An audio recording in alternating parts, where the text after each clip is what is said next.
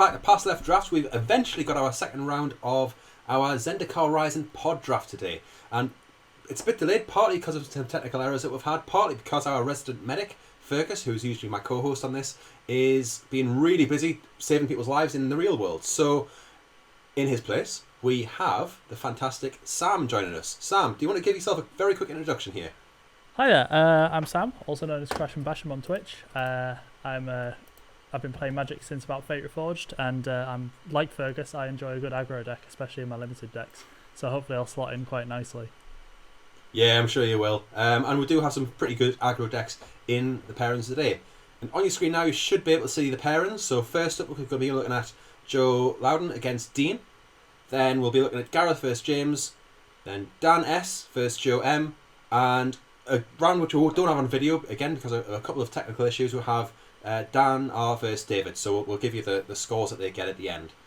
So first up, we're looking at Joe versus Dean. And here on your screen, you should see Joe's deck now. Sam, what do you think of Joe's deck here? There's only one word that comes to mind, Chris, and that is greed. I'm seeing a lot of a greedy mana base, but tell you what, there are some pretty powerful cards to help actually make sense of the greed, if that makes sense. Yeah, and as I saw last time, once he gets the opportunity to get going, it's very difficult to stop. As we've seen throughout the format in these kicker decks, once they get to about 6 mana, it's really hard to beat them. Just the value that they get is really, really ridiculous with all those kicked spells. But against them, we do have its own powerhouse of a deck in Dean's green-white landfall deck here. I think the highlight card here with Scute Swarm, it has been going around Crash and Standard servers and things like that, and it's just as good, if not better, in Limited. We saw him go off with a little bit this time. I'm hoping to see him do a little bit more. I think I saw 4 Scutes last time, but similar colours between the two. Any thoughts on Dean's deck? Well, I noticed he's got 3 core celebrants in the deck there, and that's something that makes me think. I think he's got a particular plan of just going as wide as he can and making as many dudes and hopefully getting out of range with his life total, but we'll see how that goes. Yeah, I think people have generally said the green-white deck's very hard to get there, but this definitely is a version which can potentially get there, doing exactly what it wants to do. I think the Iridescent Hornbeetle as well, if he manages to get the counters on, is going to do quite a lot of work. Yeah. So nice +1 counter synergies as well with the Hornbeetle, like you say, because they've got the Prowling Felidar and the 1-drop, the rare. Yeah. It's a deck which you don't see very often in Zendikar Rising, which makes it really good to watch. Cool. So I'm quite eager to get looking around one. Should I see you there? See you there. Okay, so we can see here, Joe is on the play, which is definitely still a very good thing. Starting hand here, 1 MDFC with a couple of lands. It seems pretty solid to me. Yeah, I agree. I think being on the draw with that Scythe Cat in hand, that's just going to help make sure you hit your land drops, hopefully get you off to the races. Yeah, and playing his MDFC up first, definitely agree with that. This deck can make use of those lands, so you're not worried about losing the spell half of that once you've seen. You get your Scythe Cat turn 3 and you want to make sure you can have that 4th land, which you did draw there. Oh yeah, and I have mad respect for holding on to that Nightlight Colony. It's a decent 5-drop. And you've got things that you can play it too. I'm not the biggest fan of the next pot, but you can certainly do something with it. Yeah, I mean, I think against Joe's deck here, it's not ridiculous. It's there's certainly Joe's deck does want to go long as well, but Dean's deck doesn't really go aggro, particularly. It's definitely slower than some of the faster decks in the format. So I think the Necropod does just do what it's supposed to do in this deck. Yeah, but if I'm Dean, I'm looking at my opponent's Territorial Scythe Cat here and thinking I might be in a bit of trouble if I don't get it under control. But the Core Celebrant does that. As long as it doesn't get any landfall triggers. Yeah. And there we go, there's an answer. Yeah, if he gets the mana for it though. Interestingly, he's played the land rather than playing the Scythe Cat and then land. Maybe just a slight punt on Dean's behalf there. And you can see he's going for the I've made the mistake and I'm going to not play the optimal path. For sure. He should have probably just still played out the Scythe Cat there to get the landfall triggers and to be able to attack. But I suppose the extra life from the Celebrant is pretty useful. No land this time, which is a bit of a shame, but the board's fairly especially if you stalled want to here. get the Scute Swarm going, you've got to really try and hit those land drops. He's opting to play the Scythe Cat now, which is at least something, developing the board. Joe didn't get a land drop last turn either, and I don't think he's got one this turn. I think he would have slammed the land straight away if he had the land. I would reckon. So, oh no, there it is. Whoa. He does have it. He does have it. Maybe just thinking through his turn whether to play it before or after combat. Yeah. And Joe's getting close to that key 6 mana for the Scalar Heights. Oh yeah, okay, that was that was a solid turn for Joe. Yeah. And like I say, he's the key 6 mana that the kicker decks really want to be at. So pretty happy. But on the other hand, Dean's actually not too unhappy to just take the 6 because after all, he's gained 7 life since the start of the game. Yeah. So not much skin off his nose. He's still above where he started. The Zendikar here feels like it could be correct. It would enter tapped is the problem because it would have to target a tap land. So I don't hate playing an Allied Colony, just getting some life gain triggers, leaving up the Might of the Marassa, just making the opponent think. If Joe somehow misses a land drop here, it kind of stops the Scythe Cat from attacking as well. Yeah. Or at least, helps you block the Scythe Cat with something that you're not too bothered about. For sure.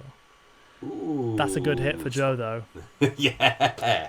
When you're in a parry situation, what you want is a planeswalker like this, just someone who can maybe really force that parity into your favour. And you know what? Why get one planeswalker when you can get 2? Oh.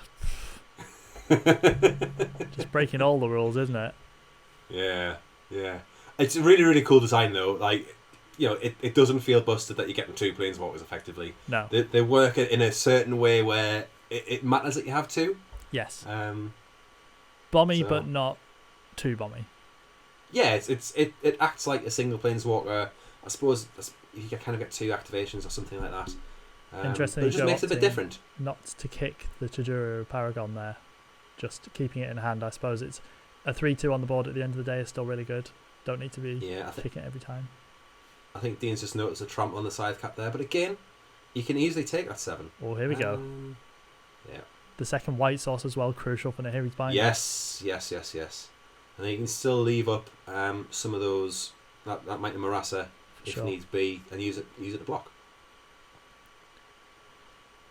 I'd be a bit worried if I was Dean, just because 2 Jace Mirror Mage are still available on Joe's side. That is, it's not ideal.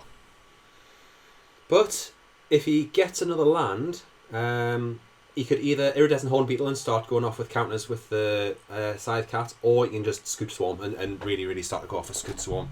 I think this. Oh, there we go. There's a land. Oh, here we go. And Scute Swarm, 2 Core Celebrant as well. That's going to be some life gain, which is going to be hard to beat. The Glacial Grasp just to stem the bleeding here, I think. Just make sure that nothing funny happens. I don't hate this at all. I think, in fact, it's quite disciplined from Dean to hold on to that Scute Swarm until turn 6, I think. Until 6 lands, even.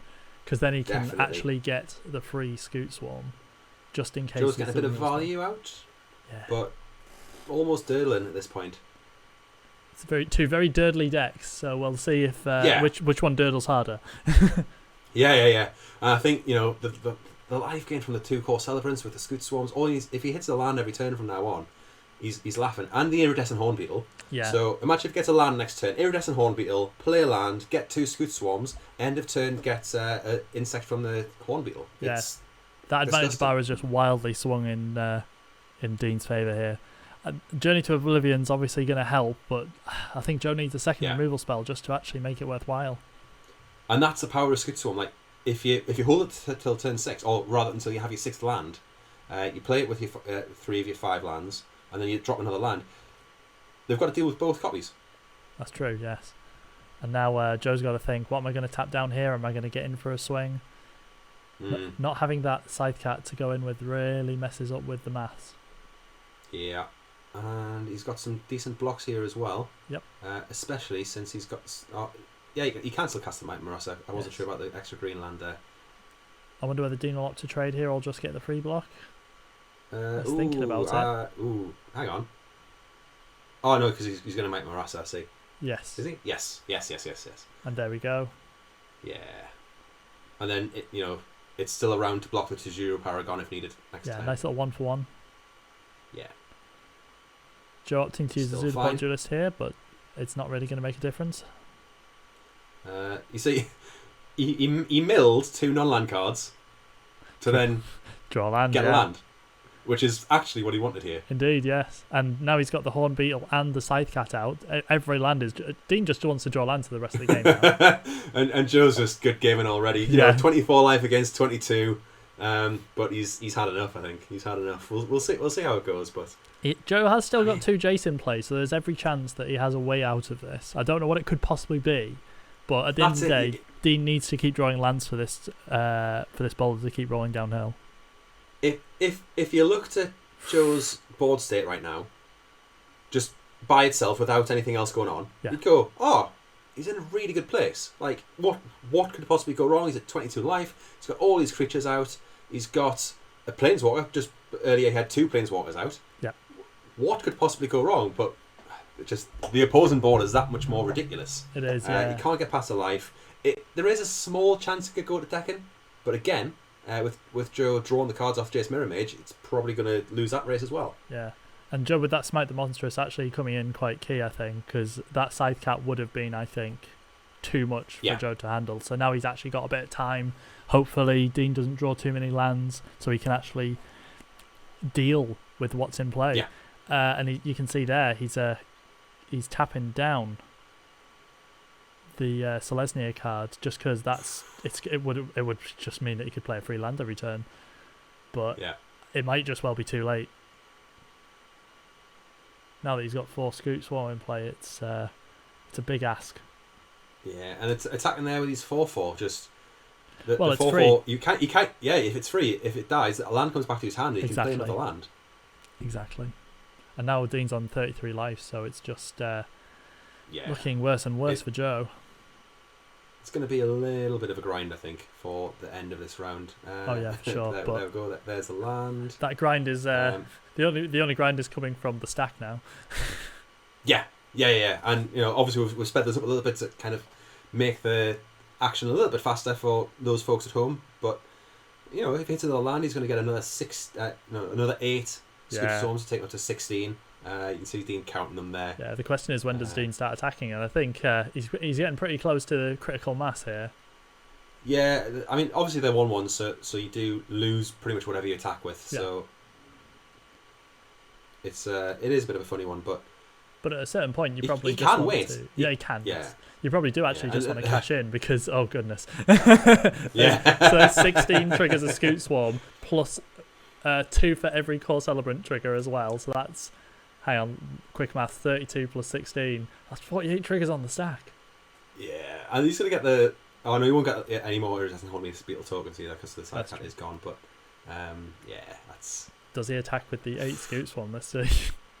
I think you just still wait because it's just going to get eaten up. Yeah, he's attacking with the Forest, I think, rightly. Cause, totally correctly there. Either he's going to take out a blocker, like there, or it's going to die, and he's going to get the land back to get 16 Scute Swarms next turn. Or Joe's opted to use a removal spell. We'll see how that goes. You sat there and Amara isn't bad, but I don't think it's going to... Oh, wow. Like, when you want to flood out, this is when you want to flood out. Absolutely. The flood protection... Landfall's always been really good for flood protection, but this is just ridiculous. I mean, you can see them still going. What I should have done at this point, looking back at myself, is I should have just found this... Obviously, I didn't really watch the videos because I do like to commentate on them a bit live. And give you my genuine reactions. But if I'd known that this was going on in this way, I might have just sped up those triggers a little bit for the folks at home. But no, it's pretty crazy. It's already sped up at 2 times maybe. So yeah, I think it's about 175%. So just under twice speed. There you go. So he's attacking through. I think this is why not everything can be blocked there. Yeah. You do need to attack at some point. And obviously some of the those Zillipode cutthroats just die when they jump. Absolutely. And actually, I think it's beneficial for Dean because then there's a chance that Arena won't crash if he just gets some of them removed. So I was going to say he's not just fighting against Joe here; he's fighting against the Arena client. Yeah. And then Because hopefully next turn it's it's just an alpha 24 strike. triggers on the Scute Swarm, and then another 48 off the Core Celebrant as well. Yeah. That's +1 for the Nectapod. Oh, and +1 for and the one for Prowling Felidar. Mathematician. He's at 94 life and he ain't stopping. That's He's gonna before be the above 100. life is. Yeah. Oh my gosh, he's going to be at what? 130? No, surely not. 120. I mean, imagine you playing some kind of red-white aggro deck against this. I think I'd be sick. Yeah. I'd just concede. Like, I'd have conceded by now. I have mad respect to Joe for making him play it out. Because it's like, how many Scute Swarms can we get? I mean, I think we saw a good game about 10 minutes ago now. Yeah. Because he just knew it was up. But, you know, we're here for the... He's certainly given us an entertaining ride here. And that's... Yeah, little tip for the folks at home. If you're in this situation and you're attacking, if you click that little ×22, all of your tokens attack. Well, there you go. I didn't know that. Yeah. So it's just a little way to... instead of doing an attack with all, if you just click all of the tokens that you want to attack with, then it's a little shortcut you can use. Joe's seen enough there. I think you can do the same with... Yeah, I think you can do the same with blocking as well. I've never actually had the opportunity to test that. I'll have to give that a go. Yeah. Little hack for you there for Arena. Looking at the sideboard, Don't know if I there's don't think I really saw... No, you just want to do more of the same. And jam get it your back. land drops on time. Yeah. 6 lands and a Scute Swarm, let's go. Yeah. Obviously, Joe's going to be on the play again. I mean, I think... Obviously, he's only got the one Scute Swarm on the deck. Yeah. The deck does things on top of that. It does but indeed, Scute Swarm is definitely his strongest potential card. But it is a turn 6 play. And there are 2 really strong cards in hand there as well. And Nihil's Binding also to back them up. Don't hate this. It's solid opening hand. Oh, and that's an even better. Yeah. So that's definitely a better play than an Gnarlid Colony on turn 2 because you can then hold the Gnarlid Colony. Now, does Dean want to protect the Luminarch Aspirant or just get it going? I think getting it going is just fine here. Yeah. You know, it's at base a 2-mana 2/2 effectively. Yeah, at least just a bear. It's attacking as a 3/3 next turn. Mm-hmm. Can't hate it. No. I wonder whether he'll play the... Joe looks like he mulliganed, so he was on the play. Yeah, so it looks like he mulliganed once or twice. Yes. I respect what Dean's doing here. He's protecting the Aspirant. He's making sure he's protecting the Scythe Cat as well with the land drop. Yeah. He obviously doesn't get to double spell next turn, but I think he maybe wasn't too concerned about that.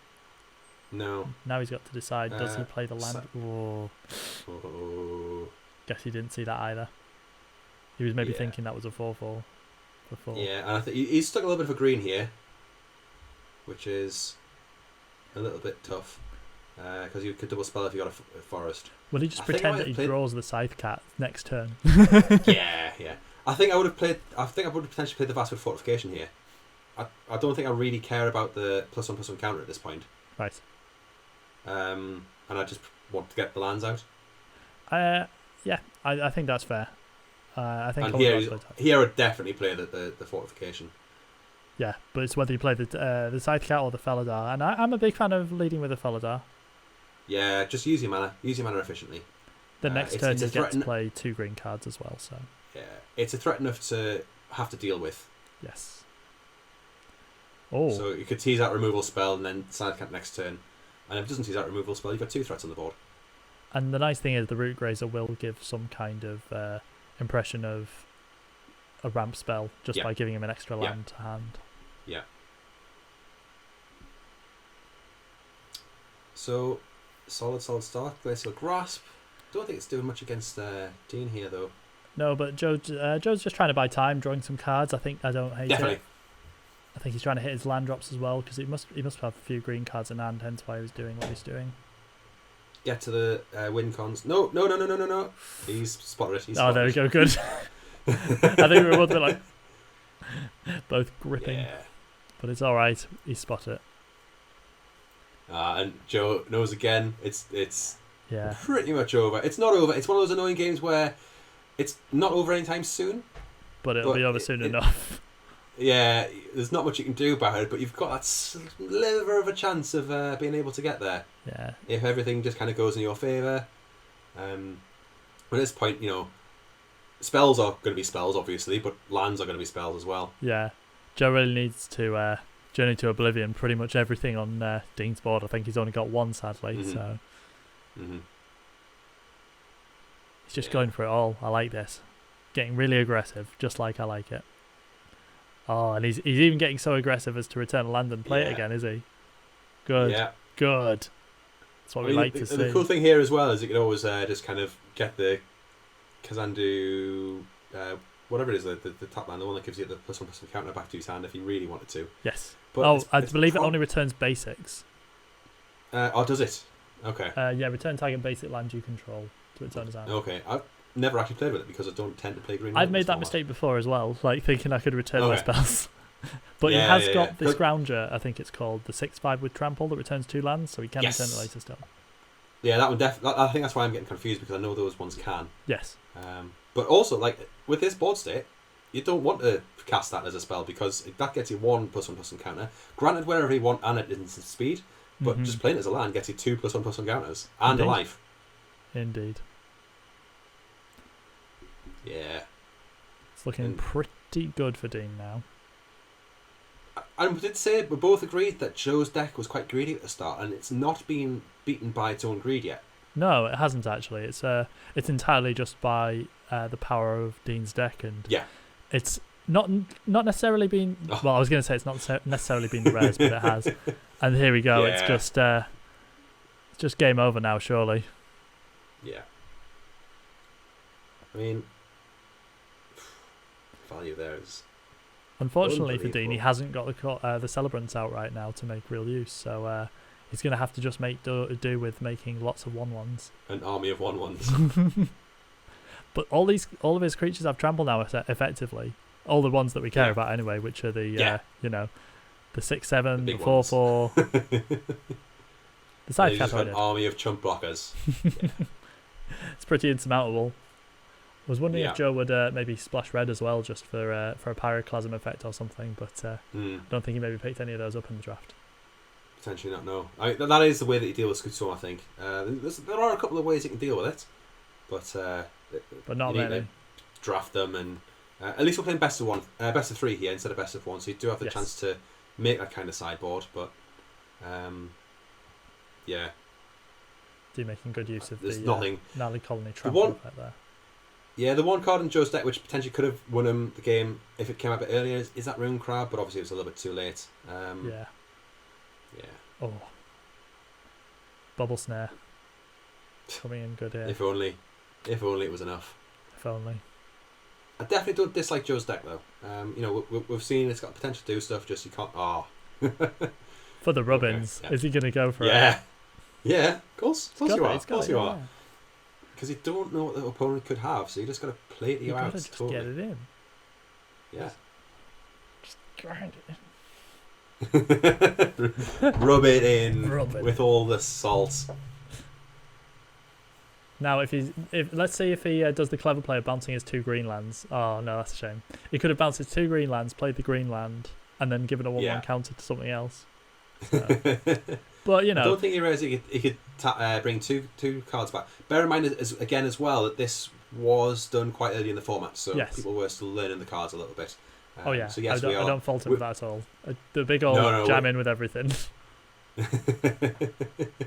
And a token block. Lovely. Didn't get to above 100 life this time, but it was still a well fought victory.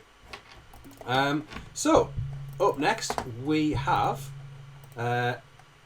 Dan Shipley versus Gareth, and we should be able to see now Gareth's deck is a nice black-white Clerics deck. We know now that they are a fantastic deck in the format, and this is a fantastic version of it. He's got 2 Cleric of Life's Bond, he's got a Thwart the Grave, as well as another load of juicy cards from the Cleric archetype. Absolutely. I think Thwart the Grave is going to be a real key piece of Gareth's deck. I think also is that a Deadly Alliance I spot as well, nestled at the bottom? Yes, I think so. Yeah, that could be something. He's got the flip land as well, the destroy all non-land permanents. Ondu Invasion, was it? Yeah. So Yeah. I wonder if that'll become relevant. Hopefully it does. Yeah, hopefully it does. And I think it's a deck which can recover from something like a board wipe quite well if it needs to. If you're in control of that board wipe and you know it's potentially coming. One potential answer to a Scute one right there. Yeah, exactly. But on the other side of the table, we have James. Now, James has a pretty spicy red-green landfall deck. Again, a deck that we know isn't always the best, but with two of the undergrowth elementals. Is it undergrowth elemental? Yes. The red-green uncommon. And also Kazandu Mammoth in there with a lot of other spice. It's one of the better versions of the deck that you're going to see. Yes.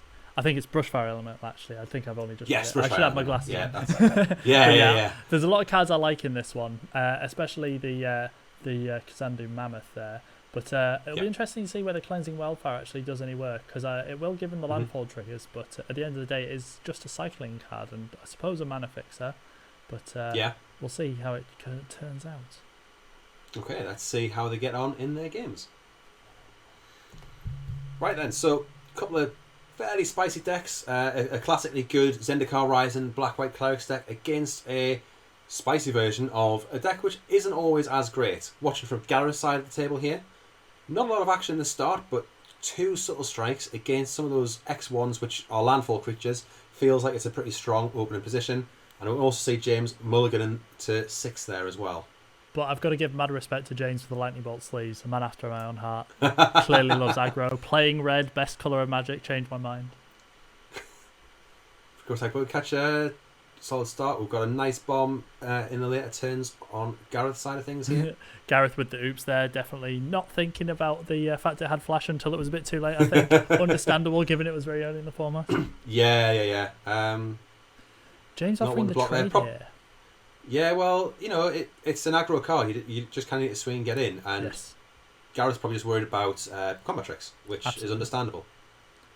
I suppose the thing that Gareth can think about is he's got a subtle strike, so he can use it later. He's got practice tactics. That's effectively a shock as soon as the catcher attacks. This is what I was saying about the subtle strike. It's just, can wipe out those X1s in the landfall deck. And here we which go. is probably part of the reason why the landfall deck doesn't do amazingly, because a lot of its attackers have 1 toughness. Yeah. That's not a bad roller option for James, though, but he is only on 2 cards in hand. That's probably going to be the difference maker going forward. And I bet Gareth's a bit upset that he's not got enough of those core celebrants that were in Dean's deck. Does he have a land to go with this? Or is this going to be a wildfire? Yes, it is. Oh, that's not bad. Going for green, interestingly. He might find the land off the draw as well, will we see? Nope, just going in.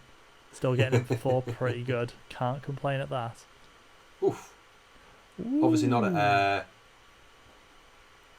Lovely 4/3. Now he's only got the 1. He doesn't have any in the sideboard. I like me a 4/3 flyer. I just like it. Yeah, 4/3 flyer before. It's solid. If you get a second one, you're just living in dreamland, aren't you? Oh, and a rabid bite as well. That's punishing. Yeah. That is very punishing. Talking about punishing, though. Here we go. Now. Cleric's doing the cleric thing. James is going to wish that he got the aggro in a bit sooner, but he's obviously just been flooding out, really. Yeah, he didn't get the lands when he needed them, and then when he didn't really want the lands as much, he's been getting them. So yeah, bit of an unfortunate situation on the other side of the table here. But seeing these cleric decks, I hate sitting down against a cleric deck because you always know they're gonna have everything. They're gonna have that cleric of light spawn on turn 2 and just destroy you. So oh yeah, for me, clerics is one of those decks that I understand how good it is, but I never seem to be able to pull it together, and I think that's just more about my draft. And when you do, and when you do, you just get absolutely mana screwed or mana flooded. So, but no, well for Gareth, didn't have that here. Yeah, well done. It's a strong performance from Gareth. Now, I do definitely want to see a bit of the fight back coming back this time, because I root for the underdog. I root for the so-called bad archetype, I think. I just root for the red deck. There's nothing... Yeah. Which in my mind is the best deck, of course. And to root against anything with life gain, just bleh. Technically, you might not be right on this particular occasion, but we'll see how it goes. That's fair. I think the turning point of that last game was definitely the Cleric of Life Bond coming off the top, though. That with the Silent Swarm already in play, with the Blight Priest in hand, it was just exactly what Gareth needed to finish that game off. Because it does need those ways to get life gain, and it does look like that Dean picked up all of the ones to get your life. Yeah. The Celebrants, that's one, yeah. I didn't realise Gareth had 2 Thwart the Graves. Goodness me, that's just that's a beating. Yeah. That's an absolute beating. Wow. But I can see that Gareth's really trying to push the curve down here, trying to make sure that he can actually block these really aggressive Gruul creatures. I think that's quite wise. The main selling feels quite good, actually. You know, a 2/3 that you just use to block pretty much anything which is coming your way. Yeah, perfect for matchups like this, which is probably another reason why you say the Gruul matchup isn't quite as good, because it just slows you down long enough. Oh! That is disgusting. Gareth's clearly excited. So, yes, I'm still going to be rooting for James here, but I'm I really want to see this go off. At this point. I'm ready. I'm a glutton for punishment. Let's do it. And if he gets that land, oh no. I mean, the Marauding Blight piece there as well. Like, does he sort of strike this turn? He doesn't even need land drops. Well, no, because you can save it for when you can actually get a counter on your thing. That's probably the best move. Like, okay, you might get hit for 3 this turn, maybe even 5 potentially, but you can still remove it later on. It's not like it's getting the counters. True. Until it gets counters. Okay. Good Rabid Bite there. I think that's a key card to get rid of. Now, do you get rid of the Blight? Play the Blight Priest out or the Cleric out? That's the question. There's a chance if you draw the land. Yeah, there's a chance if you draw the land that you get to double spell next turn, but I don't hate this. No, definitely not. I mean, you can double spell, or you just cast your Deadly Alliance, or well, you probably double spell at this point, wouldn't you, if you get land, unless something scary comes on the other side. Yeah. Yeah. I don't necessarily think that Gareth will be too worried about the Brushfire Elemental just yet. Like, he's got ways to answer it in hand that don't require the Deadly Alliance. Obviously, if James plays something big like Kazandu Mammoth, suddenly there's a bit of urgency. Even a Spitfire Legak isn't terribly urgent at this stage. No, I think it's a good play for James to have, but now potentially getting that 1 life a turn, which is going to counter out the Legak. It's not looking fantastic. I think he does have some Tajiro Assassins, the green 1/1 with Death Touches. Yes, he does. He has 2 of them in the deck, from what I can see. Yeah. Which work quite well with the Rabid Bite against some bigger creatures. But I think he's already used. Is it 1 Rabid Bite, or has he got a second one in there? He's used 1 Rabid Bite, yeah. So I'm pretty sure he's got more than 1. He has a Balaged Recovery, which I think he's played face down. So the only way to get it back now is to bounce that land back, which he can do with a Scourger. Yeah, a fair block here, but it is a bit frustrating that he's had to go that way.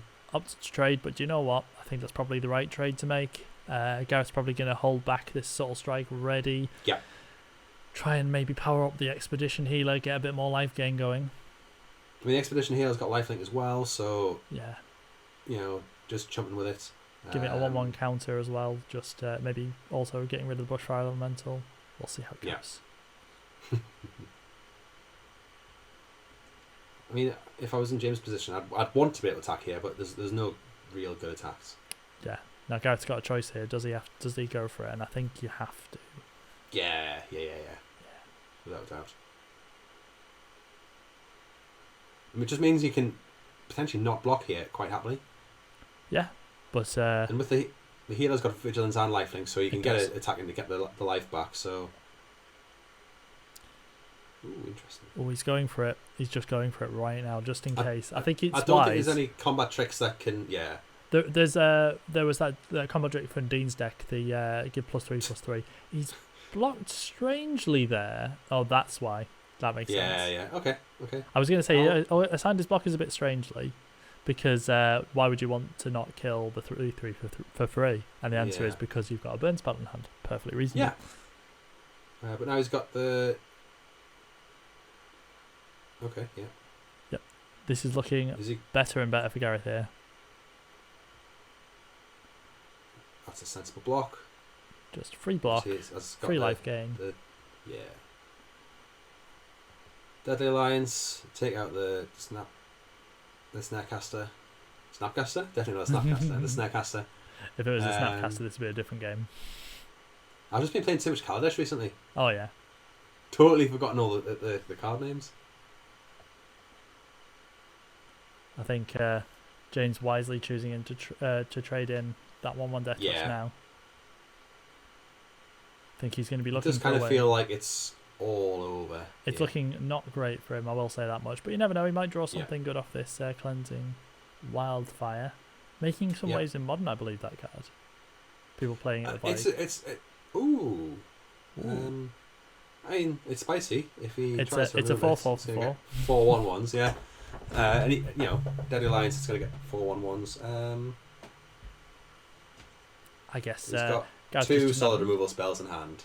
Yeah. Yeah, it's well. This is just game over, man. I think. Yeah. There's not much unless another Roaring Vortex comes off the top to deal with that Legion Angel. I think he's in a spot of bother. A little bit.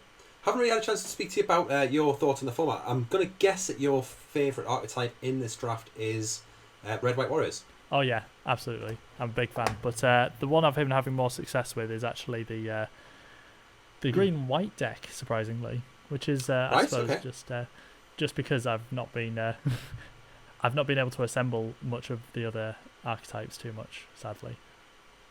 But as I was going to say, the match was all but over there. Yes. So let's have a quick look at who's coming up next. And we have Dan Shipley against Joe. So our other Joe in the pod. We've got a lot of double names. Dan has a blue-black deck. You can see the crown on his picture here, as he is the current reigning champion. Blue-black, partly more than rogues, I think. They've got quite a lot of rogue stuff going in there, but you've got a few wizards in there. You've got a priest in there as well. You've got a Thwart the Grave, which works really, really well with party. Oh, absolutely. And the Lone Mage's Dominion, that's a really key card. I'll tell you what. Yeah. That's just swings a game. If Joe has any bombs, that's going to really come into make things a bit scary. Yeah, and talking about Joe's bombs, there's not a huge amount of just kind of win the game cards, but there's a lot of value. And I've got another one of these decks where really showcases what the archetypes do. So we've got a blue-green kicker deck with 2 of the Little Mage's Familiar, and just some solid value in his kicker cards, which we saw playing against James last time. He has got that 7-drop with kicker though. That's that can be a beating. I'll tell you what. Yeah. It's even worse if it gets stolen off you as well, though. So it seems like it's going to be quite a battle between the two. Two fairly mid-range control decks, and it's going to be interesting to see who comes out on top. Can't wait. Now this is going to be the final match we're going to watch today, because unfortunately we didn't manage to capture any video from either player in our last match, but it's potentially going to be a spicy finale here. Mulligan to 6, which is fine, I think, in this kind of matchup. Yeah, he's got it's lands and spells, and he's got a way to draw out of it, so not too bad. Could be worse. Yeah, definitely. And okay, we've got 2 chill depths there. Yeah, absolutely. It's not the game's not going anywhere soon, is it? No, it's it's looking like things are gonna grind to a halt. But then again, Vanquish of the Week on that kick on the Simic card, that's gonna potentially be key going forward. Can it be bail off a nice 6/5 for 4 there? Yeah, is there a better 4-drop in green? I'm not sure that there is. Ever? That's Ever. Not a rare. Yeah. Questing what? Oh, it's not a 6/5, it's a 7/6. Well, that's totally As fine and fair. Never. So you know how I said it was going to be one of those quite kind of grindy games and not really going anywhere? Not anymore, it's not. Yeah, but then again, double snare right here. Oof. He's opted not to use it. He wants to get the kicker out of it by the seams of it. Yeah. Oh, well, thing is, now he doesn't need to kick it. Now he can just cast it for blue. That's true. Oh, but there's another one now. I know. Brutal. Thoroughly brutal.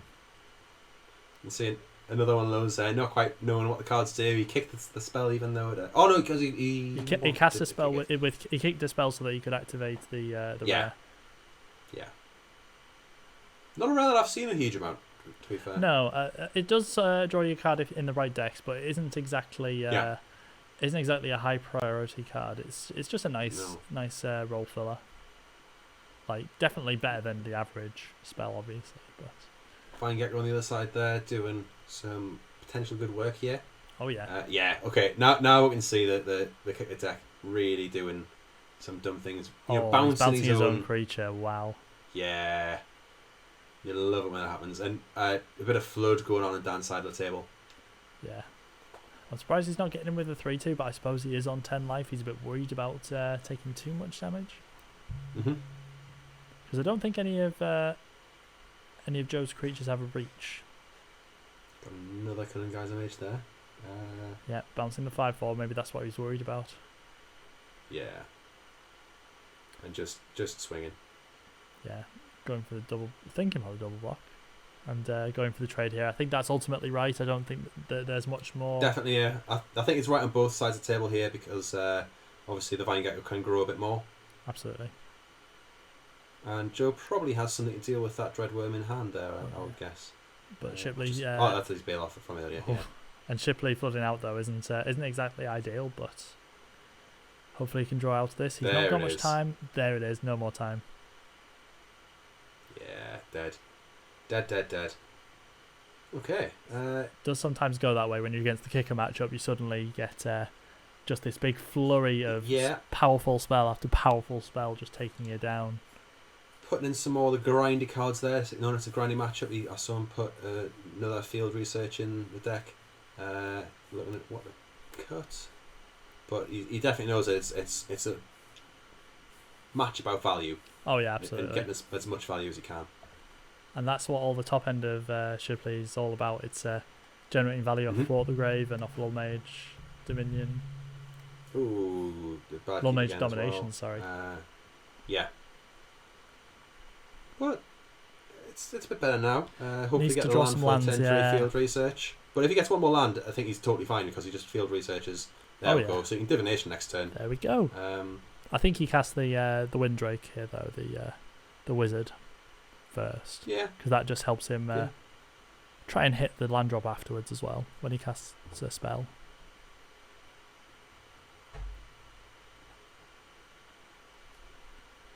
Okay. Grave. Oh, he's thinking about cashing in the bubble snare there, but I think rightly he's going for the wizard. Ditching the cleric, it's not exactly the best of 2-drops. That's probably a wise decision. Means Thwart the Grave also has something to get back. Not getting a land there made him definitely want to have to draw cards. Yes, absolutely. You can't miss those early land drops in this matchup because you need to get making a 5/5 for 4 is pretty dang good. Bubble Snare deals with it. Yep, it'll deal with it, but it's whether he wants to actually develop the board first. He might want to just cast his flyers, trigger the looting. Or he could also cast that and trigger the looting as well. That's nice. He gets to loot and then he also gets to search for a kicker spell. Yeah.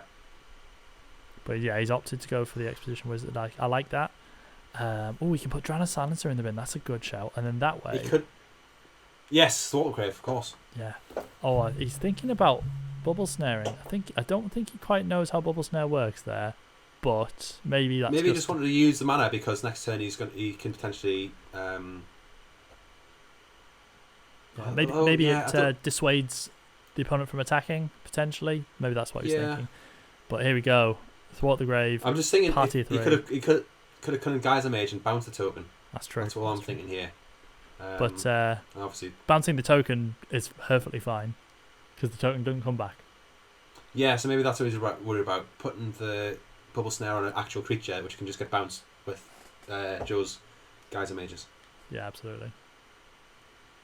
It's an interesting choice. It had a number of removal options for a number of the opponents. The Lull Mage Domination just of his own. Scry there. Yeah, not bad at all. I think that's probably right. He's keeping a decent threat, a removal spell. Don't hate it at all. And he almost feels like he's in a commanding position here. Yes, very much.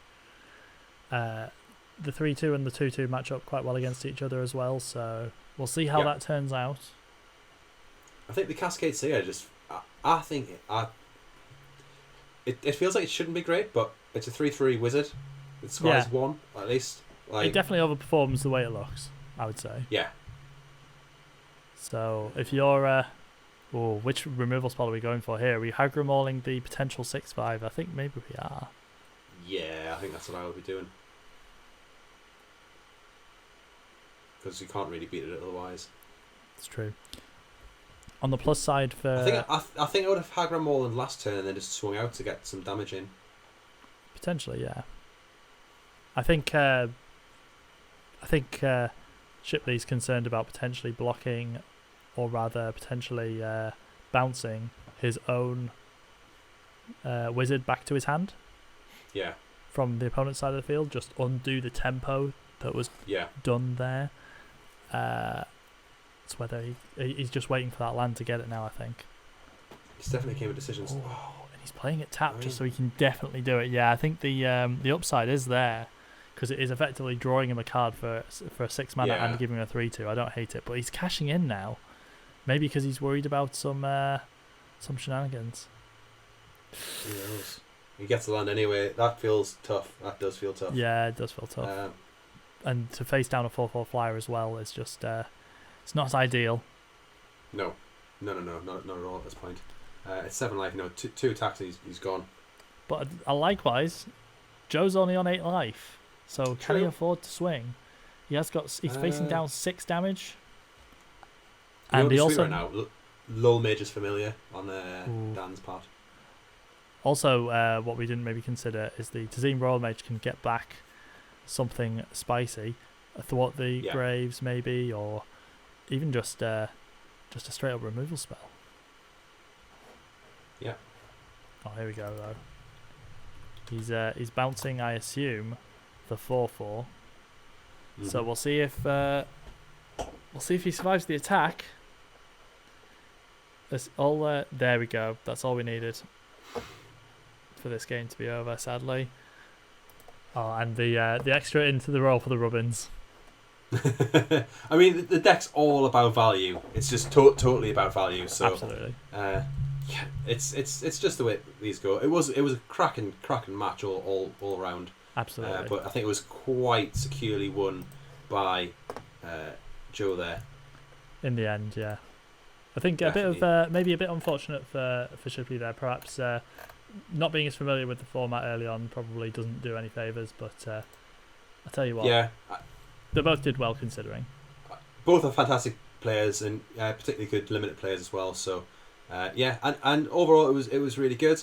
The last round, the last match we didn't get to see was Dan Rose against Dave, and Dan won that round. So going into and rightly so, playing the best deck. yeah. So going to round 3, we're going to have Dean against Gareth in the top of the table final. That'll be coming out soon. Then we've also got Joe against Joe, so we've got a Joe off. It can only be one. Yeah, we've got Dan R against James, and Dan S against Dave in the Losers Cup, shall we say? So it's going to be a interesting final round. I'm really interested to see what's going to go on between that really spicy Clerics deck against the Scute Swarm monstrosity. Grind versus grind. Who will outgrind who?